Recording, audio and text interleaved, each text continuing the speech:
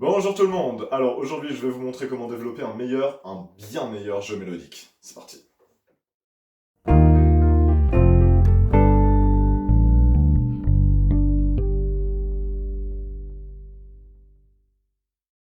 Hop hop hop hop hop. Alors, désolé, on commence par Neratum.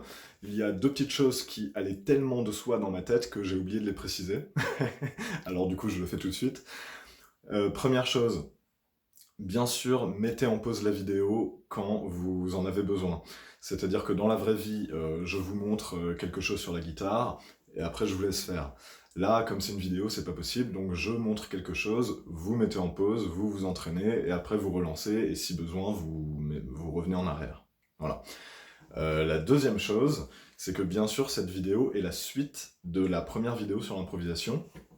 Donc, une fois que vous arrivez à faire quelques petits effets, vous allez revenir sur ce que vous avez appris la dernière fois, donc les pentatoniques, enfin la gamme pentatonique mineure, et vous allez relancer le playback et essayer d'intégrer ces petits effets à votre improvisation.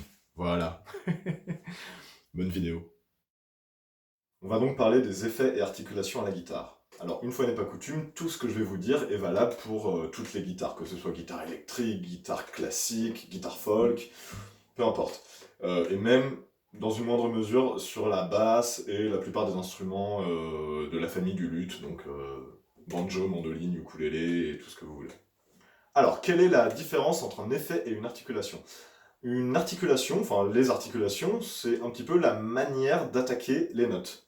Donc c'est un petit peu comme dans le langage parlé, on peut articuler d'une certaine manière ou articuler d'une autre manière comme ça. Non mais ça va, maintenant j'articule. Bon, en musique, articuler beaucoup trop ou articuler un peu comme ça, dans les deux cas ça peut fonctionner. Voilà, on va voir ça, bien sûr c'est le sujet de la vidéo. Quant aux effets, les effets c'est un peu une fois que la note est jouée, qu'est-ce qu'on fait avec? Voilà. Est-ce qu'on la laisse tranquille ou est-ce qu'on lui met un petit effet pour voilà, pour la styliser un petit peu? Bon, on va pas être trop tatillon sur les termes, hein. Parfois je vais dire articulation à la place d'effet et inversement. C'est bon, hein. Ça rentre dans la même grande famille de comment on joue avec les notes pour les faire sonner d'une manière ou d'une autre. Franchement, c'est un peu la même chose. Alors, on va commencer avec les slides, ou les glisser en français. Donc c'est quand on glisse sur une corde pour aller d'une note à l'autre. Et en fait, il y a trois façons de faire des slides. On va voir ça. Alors, on a donc quatre façons de faire le slide. Donc la première, c'est pour aller d'une note à l'autre en glissant.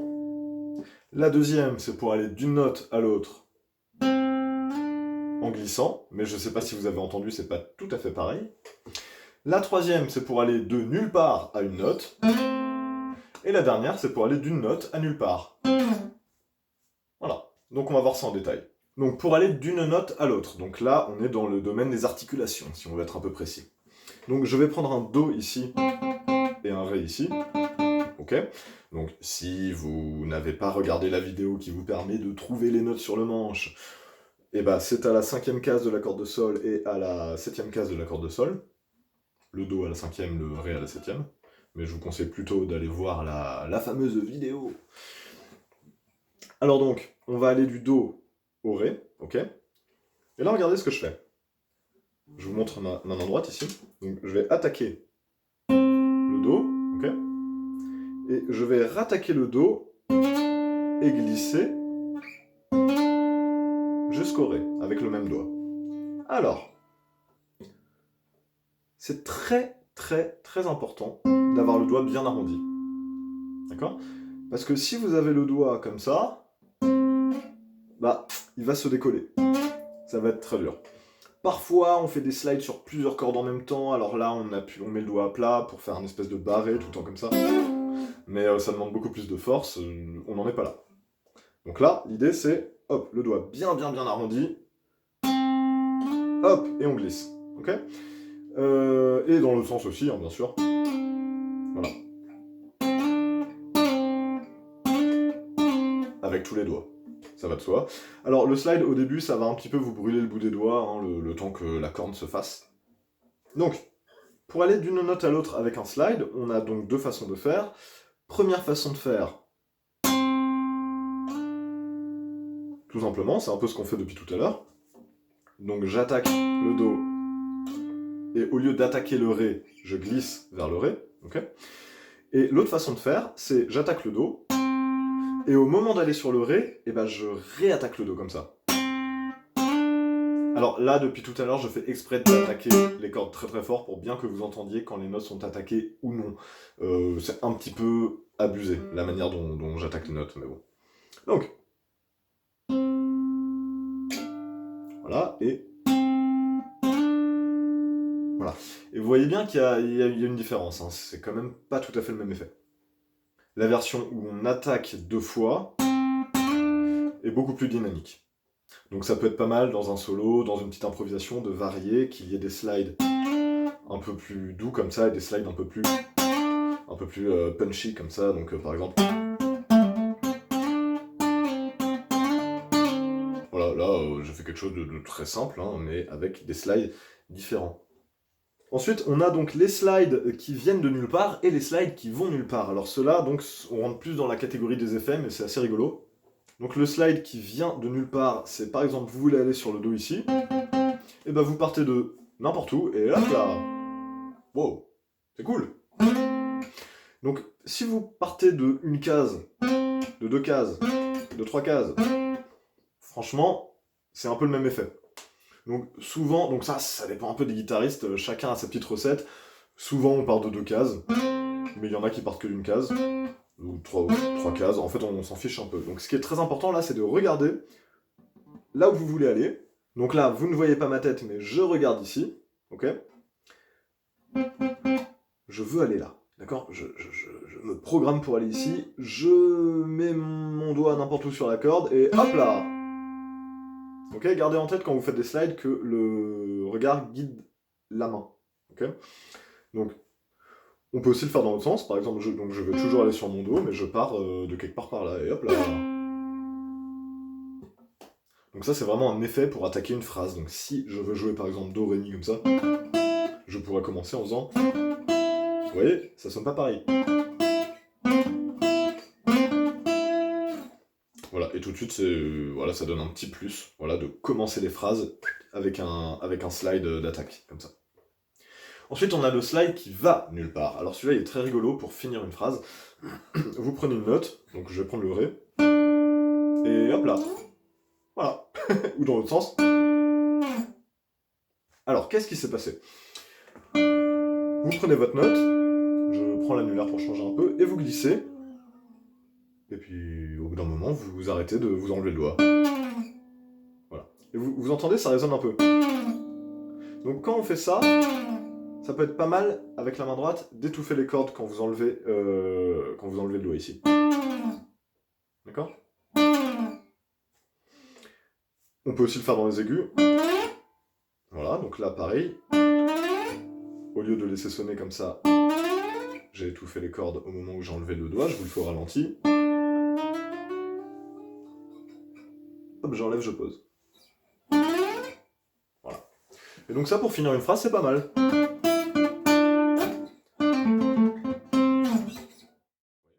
Maintenant, on va s'attaquer au hammer. Le hammer, c'est une technique comme ça qui permet d'aller une note à l'autre en utilisant un doigt comme un petit marteau. Hammer, ça veut dire marteau en anglais. Donc les hammers, les petits marteaux. Alors, donc il faut imaginer que le doigt est un petit marteau. Donc on va garder Do et Ré. Alors ce qu'on va faire, c'est qu'on veut aller du Do vers le Ré, mais on veut attaquer que le Do. Le Ré, on va se débrouiller pour le faire sonner alors qu'on ne l'attaque pas. Et on va pas faire un slide, sinon c'est pas un hammer, c'est un slide. Donc, on joue le Do, et là, on va utiliser donc l'annulaire comme un petit marteau, pouf, pour venir faire le Ré. Ok? Vous voyez? Et donc, il va falloir essayer d'appuyer le plus possible avec le bout du doigt, là. Ok? Si vous appuyez avec la pulpe ici, ça va pas aller. Ça va faire comme ça. Vous voyez? Soit ça fait ça, c'est-à-dire qu'il y a plein de cordes qui résonnent de partout, donc ça c'est vite le bordel. Soit vous n'avez pas assez de force, au contraire. Ce qui risque de vous arriver au début, c'est plutôt de ne pas avoir assez de force. Mais une fois que vous avez la force, si vous appuyez mal, au lieu d'avoir le problème qui fait que ça ne sonne pas, vous aurez le problème d'avoir trop de choses qui sonnent. C'est pas bien non plus. Donc il faut essayer d'être précis et d'appuyer vraiment tout comme ça. Voilà. Alors un petit exercice pour travailler les hammers, c'est de le faire avec tous les doigts. Donc vous allez prendre une corde à vide, n'importe laquelle, prenons la corde de Si. Et voilà, et vous faites un hammer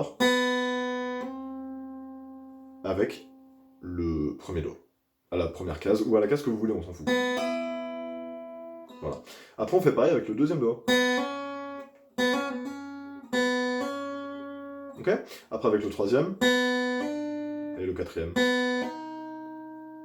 Ok. Et on peut faire... Voilà. Donc à chaque fois j'attaque la corde de Si à vide et je fais un hammer.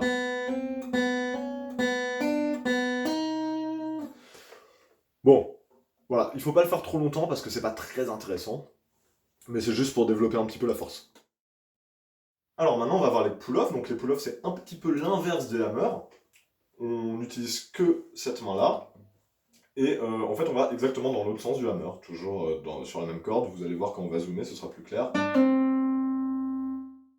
Pull-off ça veut dire retirer en anglais. Donc comme je vous l'ai dit, c'est un petit peu l'inverse du hammer. Le hammer, donc on va rester sur Do, Ré, on faisait ça. Le pull-off on va faire ça. Oh oh. Qu'est-ce qui s'est passé? Il s'est passé que j'avais le Ré et paf, je me retrouve avec le Do. Et pourtant, vous voyez ma main droite, elle est là, j'ai pas attaqué. Hein. J'ai pas fait de slide et j'ai pas pu faire de hammer parce que je peux pas. Si je fais un hammer derrière, là, ça marche pas. D'accord? Alors, en fait, ce que j'ai fait, c'est que j'appuie sur le Do et là, je tire sur ma corde pour la faire vibrer. D'accord? Donc, pour vous entraîner au pull-off, vous allez appuyer sur une corde avec les deux doigts en même temps. Et vous allez tirer l'annulaire, et la note qui est sous l'index devrait sonner. Ok? Alors si vous enlevez simplement le doigt, ça sonne pas très bien d'une part, parfois ça sonne même pas du tout. Oui, quasiment pas. Il faut vraiment tirer, ça fait plusieurs fois que j'utilise ce mot, il faut tirer. Alors pour comprendre le mouvement, en fait c'est très très simple, vous allez pincer une corde avec la main droite, comme ça. Vous voyez? Bon, vous savez faire ça, il n'y a pas de problème. Et bien en fait, vous allez faire exactement le même mouvement, mais avec la main gauche, avec ce doigt-là. Vous voyez, là je tire ma corde, voilà, enlevez l'index derrière, et puis tirez votre corde comme ça. Voilà, vous savez faire. Et ben vous allez faire ça, sauf qu'il y a l'index. Ah, oui. Vous jouez pas le Do, hein. Juste vous essayez avec l'annulaire sur le Ré de faire sonner ça.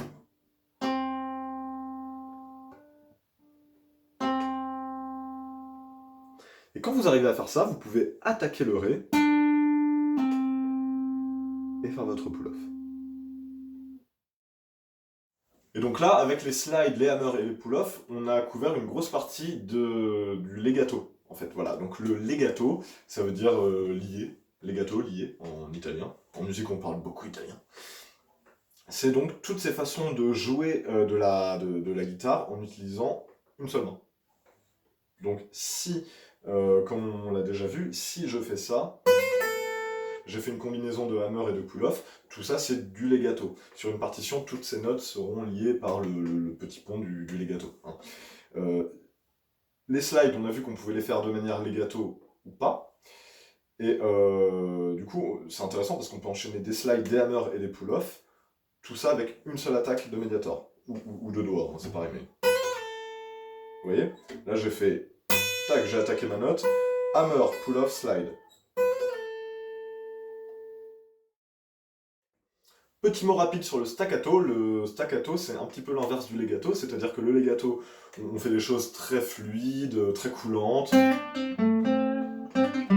Des choses comme ça, où ça... Hop, hop, hop, c'est très joli. Le staccato, c'est un petit peu l'inverse. Au contraire, on parle aussi de notes piquées en français. C'est quand on ne laisse pas sonner les notes. Voilà, donc on n'a a plusieurs façons de le faire à la guitare. Soit on joue une note et on arrête d'appuyer, ou on étouffe, enfin voilà. Soit on fait du palm mute. Le palm mute, c'est quand vous posez la main droite au bord des cordes ici, et ça étouffe les cordes. Ça fait pas tout à fait le même son, mais ça produit le même effet staccato. L'avantage du palm mute, c'est que vous pouvez faire des plans très rapides. Comme ça, en staccato, donc ça c'est la spécialité de guitaristes comme Aldi Meola par exemple. Voilà, et les étouffer. Comme ça. Donc là, j'ai pas étouffé avec la main droite, j'ai juste étouffé avec la main gauche, j'ai pas laissé sonner les notes.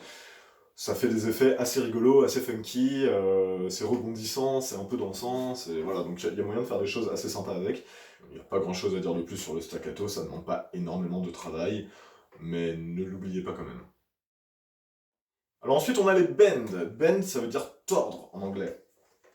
Donc là, il va falloir s'accrocher un peu, on va tordre les cordes. Vraiment, comme ça. Donc c'est ces effets-là, les bends. Hein. C'est très très cool, mais ça fait un peu mal aux doigts. On en parle en détail en zoomant. Alors les bends, c'est indispensable si vous faites du blues, du rock'n'roll, du rock de manière générale, et tous les dérivés, hein, donc hard rock, heavy metal, etc. Il faut savoir faire des bends. Les bends, ça peut être très joli dans d'autres contextes aussi, il n'y a pas de problème. On en trouve parfois même en jazz, enfin voilà, c'est une technique qui est assez sympa. Donc c'est quand on tord la corde. Hein. Donc, je vais prendre ce sol ici. Regardez.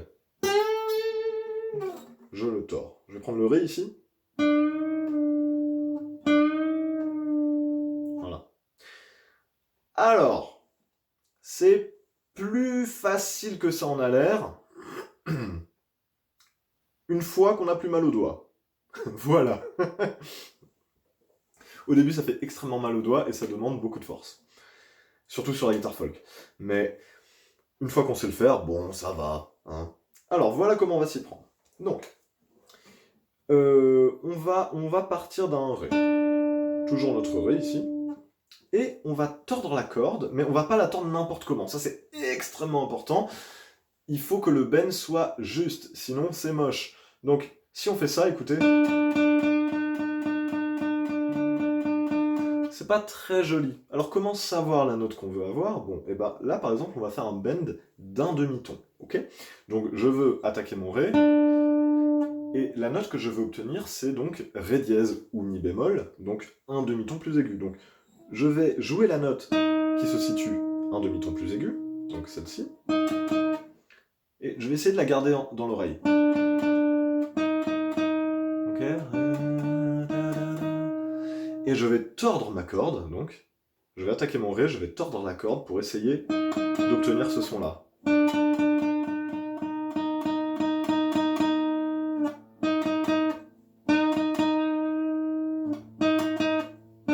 Là, ça va pas. Là, ça va. Si je veux faire un bend d'un ton, c'est la même chose, il va juste falloir tordre un peu plus. Alors, je vais partir d'un sol ici, et je vais essayer d'obtenir un La. Donc c'est un ton plus loin. Il va donc falloir que je torde ma corde pour obtenir ce son-là. Pour bien tordre la corde comme il faut, pour faire un beau bend, il va falloir, là encore, arrondir les doigts pour avoir le plus de force possible. Si vous avez les doigts à plat, vous ne pouvez pas faire de bend, c'est impossible. Voilà. Alors qu'avec le doigt arrondi, là on a de la force. Ok ? Donc, si vous n'arrivez pas à faire votre bend avec un seul doigt, vous voyez, c'est dur, vous pouvez mettre d'autres doigts derrière, comme ça, et bender avec plusieurs doigts. Et là, d'un seul coup, on peut aller très loin. Okay, si vous arrivez avec le petit doigt sur votre note et que vous voulez la bender, faire un bend avec le petit doigt, ça peut être très douloureux ou très difficile. Donc dans ce cas-là, pas vous mettez les autres doigts derrière, et là vous avez la force de toute la main et vous pouvez hop là, vraiment y aller. Si vous êtes sur les aigus ici, généralement ce que vous allez faire, c'est que vous allez tordre votre corde vers le haut, comme ça. Et si vous êtes sur des cordes plus graves par là, généralement, vous allez tordre vers le bas. Ok? Bon, après, sur les cordes de Ré et de Sol, sur les deux cordes du milieu, c'est pas très important, on peut un peu aller dans les deux sens. Mais il faut se méfier quand même à pas sortir, d'accord? À pas... Vous voyez, là, je suis pas loin du bord, je pense qu'en poussant un peu, je risquerais de sortir. Alors qu'est-ce qu'on fait une fois qu'on a réussi à faire un beau bend? Eh ben, on peut redescendre. Écoutez. Vous avez entendu la note qui retombe comme ça? Ça monte et ça redescend.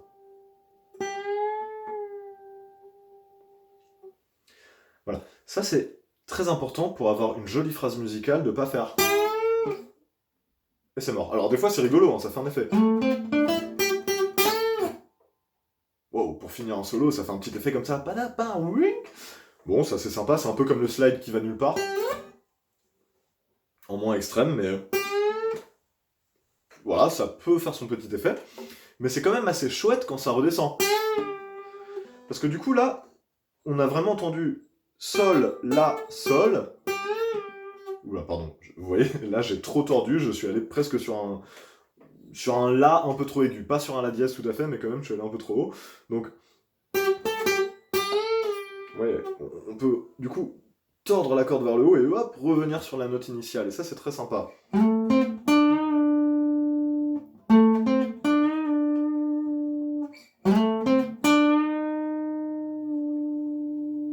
Et on peut le faire, donc, comme j'ai montré, à différentes vitesses. Et c'est assez sympa aussi. Et enfin, on a les vibratos. Alors, si vous devez retenir une seule chose de cette vidéo, ce sont les vibratos. D'accord? Les vibratos, c'est ce qui va vous rendre instantanément meilleur. Voilà. La même chose avec des vibratos ou sans le vibrato. Bah, sans les vibratos, ça peut être bien, et avec les vibratos, ça va être excellent. Et parfois, vous avez quelque chose qui est magnifique, et vous enlevez le vibrato, et ça devient juste quelconque. Donc c'est vraiment essentiel. On regarde ça. Première façon de faire le vibrato, la façon classique, on va dire, où vous faites une note, on va faire un mi pour changer, et vous allez un peu secouer comme ça. Voilà. Et vous voyez, ça fait vibrer la note. Donc là, en fait, sans la guitare, le mouvement, c'est ça. Je secoue comme une bouteille de jus d'orange. Voilà. Ça fait un vibrato, vous avez entendu? Bzzz, comme ça, hein, un peu très petit, ça vibre un tout petit peu, mais ça vibre très très vite. Voilà. J'aime beaucoup. Donc c'est souvent celui qui est privilégié en guitare classique. Voilà. Et la deuxième façon, c'est comme ça. Donc ça, vous entendez la différence? C'est un vibrato qui est plus lent, mais beaucoup plus ample. Ok? Donc, pour faire ce vibrato-là, il faut savoir faire les bends. Parce que ce vibrato-là, en fait, c'est une série de mini-bends très rapides. Regardez, j'attaque mon mi, je bend un peu, je reviens, je repars, je reviens, je repars, je reviens, je reviens.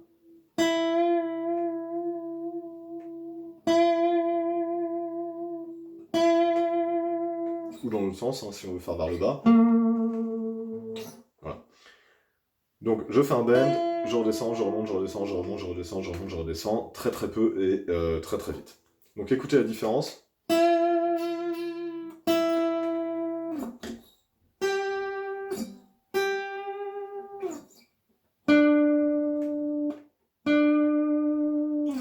Voilà, ça fait pas tout à fait le même effet.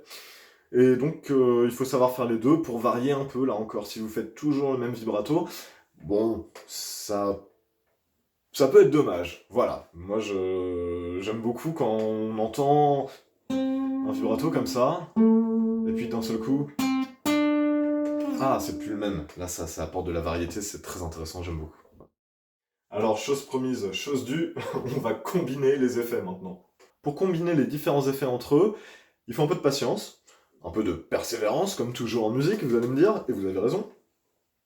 Mais voilà, les petites choses à garder en tête, c'est que la plupart du temps, vous aurez au moins un doigt qui sera en permanence sur la guitare. Par exemple, si je fais slide, hammer, pull-off, mon index, je n'ai jamais décollé, regardez bien. Et vibrato derrière. Oh oh. Alors, je vais vous montrer ça. Donc, on va faire La, Si, La.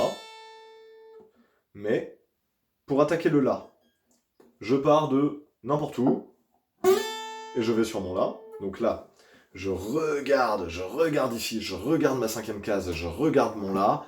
Bim. Ensuite, on va laisser le Do ici. Il est très bien là où il est, et on fait un meur avec l'annulaire. Et on garde le Do ici. Pourquoi on l'enlève pas quand on fait le hammer? Parce que on va faire un pull-off derrière. Ok? Donc là, slide, hammer, pull-off.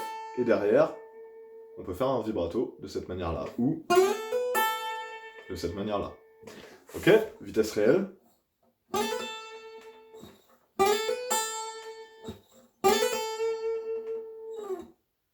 Oh! Et là, pardon, c'était pas prévu, mais regardez ce que j'ai fait. J'ai fait un vibrato, et quand j'en ai eu marre de faire mon vibrato, j'ai fait le slide qui va nulle part. Vous voyez? Et là, vous vous dites, wow, il s'est passé plein de trucs, c'est génial, machin. Mais en fait, je n'ai joué que là, si, là. Ok? Donc, si vous jouez là, si, là, je vous dis, jouez-moi là, si, là, vous allez faire ok. Bon, bah voilà, on a joué la même chose, hein, un peu de choses près, on a joué les mêmes notes. Sauf que sans effet, ça fait ça. Et avec des effets. Sans effet, avec. Voilà. Maintenant, si on a quelque chose d'un peu lent, et on veut quand même mettre des effets, bah y a pas de problème. Donc, sans effet. Et bah là, avec l'effet. Par exemple. Mais il y a d'autres possibilités, d'accord? Peut-être que moi j'ai fait ça, mais peut-être que vous aurez envie de faire pas de slide, d'attaque déjà, comme ça. Et puis là, juste slider ici, faire un pull-off. Et faire un slide qui va nulle part, dans les aigus par exemple. Peut-être que vous feriez la phrase comme ça. Alors que moi je la ferais comme ça. Et que un tel, il la ferait encore autrement, etc. Alors, quand on combine les effets, un truc qui est sympa, c'est d'enchaîner les hammers et les pull-offs. Parce que ça peut durer à l'infini, en fait. Voilà, parce que à chaque fois qu'on fait un hammer, on relance la vibration de la corde. Et à chaque fois qu'on fait un pull-off, également. Du coup... Voilà.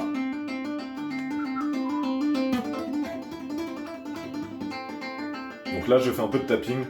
C'est une technique qu'on verra peut-être plus tard, mais... Ok, donc enchaîner les hammers et les pull-offs. Vous avez vu le Do n'a pas bougé, et puis paf, hammer, pull-off, hammer, pull-off. Et donc le Do reste toujours en place, là, ici.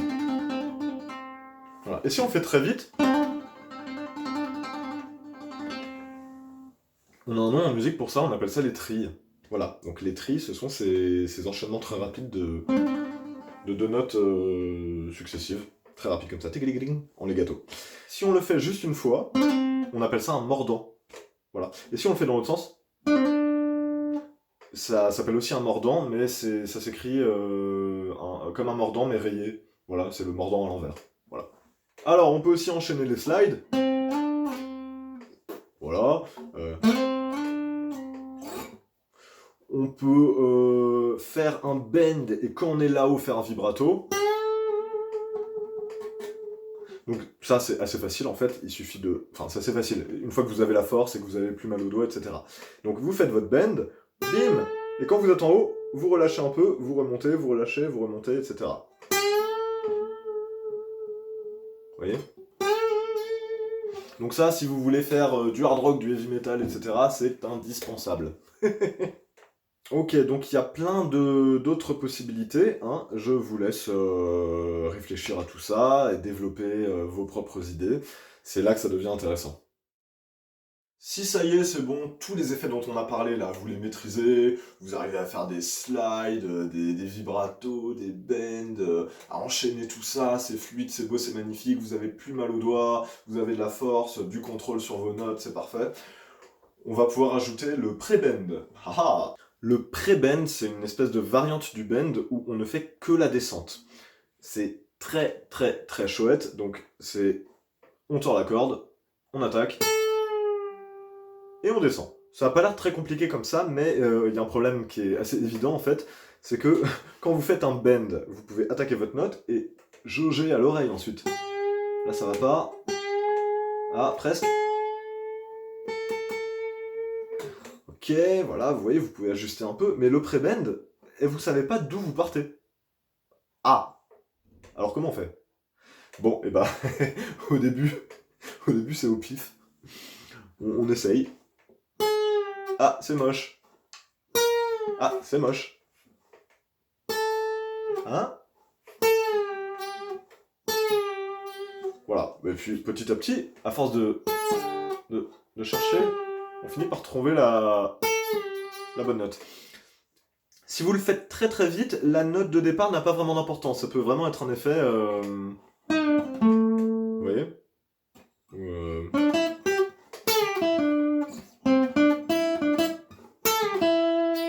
Voilà, on peut vraiment l'utiliser comme effet sans que la note tordue au départ soit très importante. Elle peut être un peu fausse. Elle passe tellement vite que c'est pas grave. C'est juste qu'on entend le tiung, l'espèce de descente comme ça. Et c'est très très chouette. Voilà, alors à mettre en plein dans une phrase, c'est pas forcément très simple. Parce qu'il faut avoir le temps de le préparer, d'attaquer et de redescendre. Mais c'est possible avec un petit peu d'entraînement.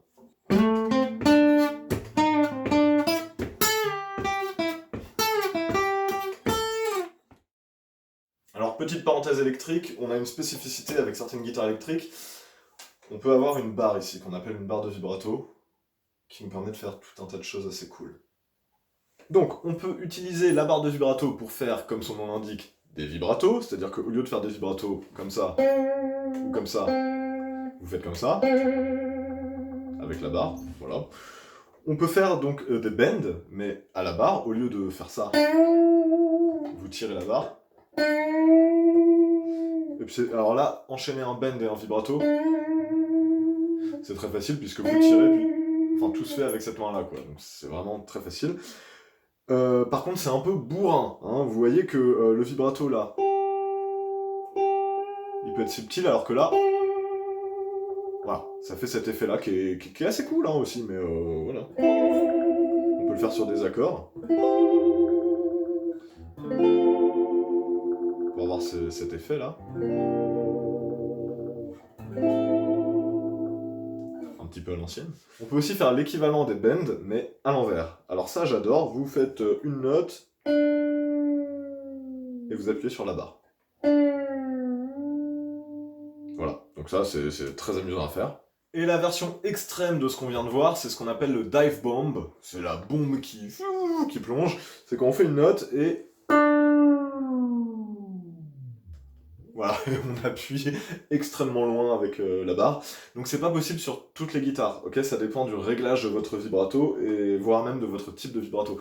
Donc sur cette guitare-là, j'ai un vibrato de type Floyd Rose, c'est-à-dire que je peux faire des choses assez extrêmes comme ça. Je peux tirer très loin et aller très grave et...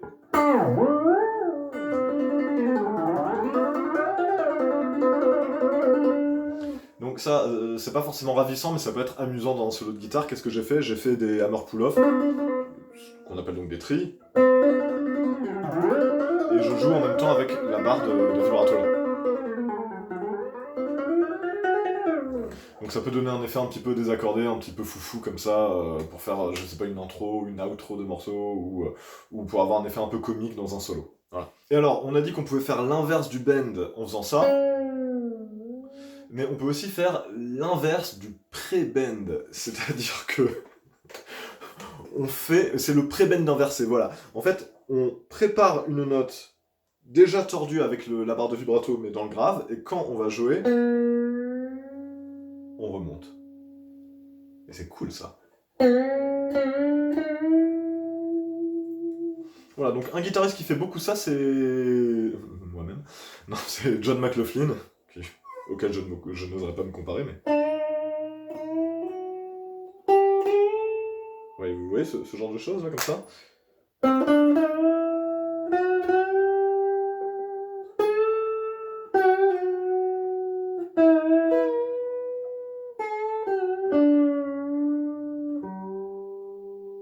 j'en ai fait beaucoup trop, hein, c'est abusé. Mais c'était pour que vous entendiez bien cet effet. Dernier effet assez cool avec la barre de vibrato, c'est, je ne sais pas comment ça s'appelle, la plupart de ces effets n'ont pas de nom, hein, c'est ça. Voilà, c'est vraiment très très chouette. Voilà, en fait, vous voyez, on dirait que la guitare fait comme ça. Donc ça en fait c'est assez facile à faire, il faut coincer la barre à l'horizontale et venir, vous voyez, appuyer dessus et la relâcher d'un coup sec comme ça en glissant. Et comme ça elle fait elle rebondit et ça fait cet effet là. Voilà. Il y a des guitaristes qui aiment la caler de ce côté-là. Voilà, et du coup ils font ça. Voilà. Moi je préfère l'avoir ici de ce côté-là. Si ces effets de barre de vibrato vous plaisent, je vous invite à regarder des guitaristes comme Steve Vai ou Joe Satriani, enfin toute cette école voilà, de shredder comme on dit des années 90. Voilà, et puis voilà, Joe Satriani par exemple, c'est assez extrême. Je pense que si vous lui enlevez son vibrato, il peut plus jouer de guitare en fait. On va terminer par quelque chose d'extrêmement important. Ça vient juste après le vibrato, vraiment. C'est la dynamique et le timbre.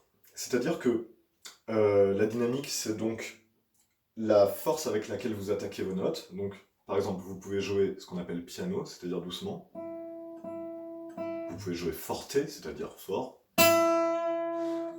Vous pouvez jouer entre les deux. Et vous pouvez faire des crescendo. Ou des décrescendo. Etc. Et donc ça, c'est extrêmement important dans un solo de guitare ou dans une mélodie de varier la dynamique. Si vous jouez toujours pareil, toujours au même niveau, c'est pas très intéressant. C'est comme quand vous parlez, parfois vous parlez plus fort, moins fort. Si vous parliez toujours de la même manière, ce serait ennuyeux, pour pas dire autre chose. Et donc ça va être pareil en guitare. Ce qu'on appelle timbre en musique, c'est un peu le son que fait votre instrument. C'est-à-dire que par exemple, une trompette et un violon n'ont pas le même timbre. Okay, à la guitare, on a une possibilité absolument merveilleuse, on peut varier le timbre. C'est-à-dire que si on attaque ici, et si on attaque ici, ça sonne pas du tout pareil. Okay, donc ça, c'est extrêmement important aussi parce que vous pouvez jouer ici et avoir un son qui va, et jouer ici et avoir un son qui va pas. Mais peut-être que dans certains contextes, c'est l'inverse. Peut-être que ce son ici va pas, alors que ici, ça convient mieux tout de suite. D'accord? Ça dépend du contexte. Donc, de manière générale, essayez d'attaquer vos cordes soit au-dessus de la rosace c'est le trou, soit au bord de la rosace. D'accord? Donc dans cette zone-là, c'est pas mal. Mais parfois, vous allez avoir envie plutôt d'avoir un son particulièrement doux, et vous allez attaquer plus par ici. Et parfois, vous aurez envie d'avoir un son particulièrement mordant, là, avec beaucoup d'aigus. Dans ce cas-là, vous allez attaquer plutôt par ici. Okay, et vous pouvez varier au cours d'une phrase musicale en déplaçant votre main de gauche à droite ou de droite à gauche. Je vais vous montrer sur quelques notes. Vous voyez, le son était de plus en plus doux, et je vais le faire dans l'autre sens. Là, le son était de plus en plus piquant, je dirais. Ok, on va s'arrêter là, il y a beaucoup de choses à travailler. Bon, si vous devez retenir deux choses, c'est les vibratos et la dynamique. Et donc, si vous deviez retenir qu'une seule chose, ce serait le vibrato. Mais n'oubliez pas la dynamique. Alors, développer un jeu de guitare tout en nuances, avec beaucoup de choses intéressantes comme ça peut prendre un peu de temps. En fait, c'est un peu le travail de toute une vie de musicien. Et vous allez voir que si vous essayez d'apprendre par cœur le solo de guitare de un tel ou de machin, le plus difficile, ce ne sera pas d'apprendre les notes ou de le jouer à la même vitesse, mais ce sera de mettre les mêmes effets et les mêmes articulations que lui. Quand je fais ça, je pense souvent aux imitateurs, aux comiques qui imitent des personnalités politiques ou qui imitent d'autres personnes, quoi. Et je me dis toujours, ce qui est fou, c'est que même s'ils n'ont pas la même voix, ils prennent, donc ils n'ont pas le même timbre, d'accord? Ils ont pas la même voix, ils n'ont pas le même instrument. Et ben ils vont prendre les mêmes mimiques, les mêmes articulations, ils vont mettre les mêmes effets, et du coup on y croit. Et c'est ça le plus difficile. Vous verrez, quand vous apprenez un solo de guitare d'un morceau qui existe déjà, mais le plus compliqué, c'est que là, voilà, le musicien, il a fait ça. Donc il a fait un hammer, puis un slide, et vous avez envie de faire un slide, puis un hammer. Et dans les deux cas, c'est très bien, dans les deux cas, c'est très joli. Et si vous le jouez avec le slide, puis le hammer, au lieu de faire comme l'autre qui avait fait d'abord le hammer, puis le slide, mais ce sera ravissant. D'accord? Mais vous ne le jouerez pas tout à fait pareil. Il n'y aura pas exactement la même intention, le même effet. D'accord? Donc vous vous serez réapproprié, en quelque sorte, son solo, sa mélodie. Gardez donc en tête que les effets et articulations sont quelque chose de très très très personnel, c'est vraiment propre à chaque guitariste. Et vous allez développer des tics. C'est inévitable. Donc si vous vous rendez compte que vous faites toujours slide, pull-off, hammer, ou n'importe quelle autre combinaison, essayez de faire la même phrase musicale avec une autre combinaison d'effets. Vous verrez, ce sera très très enrichissant. Et au bout d'un moment, vous arriverez à faire exprès de faire tel ou tel effet. Ce ne sera plus des tics, même si, bien sûr, vous aurez développé votre langage propre et vous aurez plutôt l'habitude de faire certains effets que d'autres. C'est pas grave, ça fera partie de votre personnalité guitaristique. Amusez-vous bien.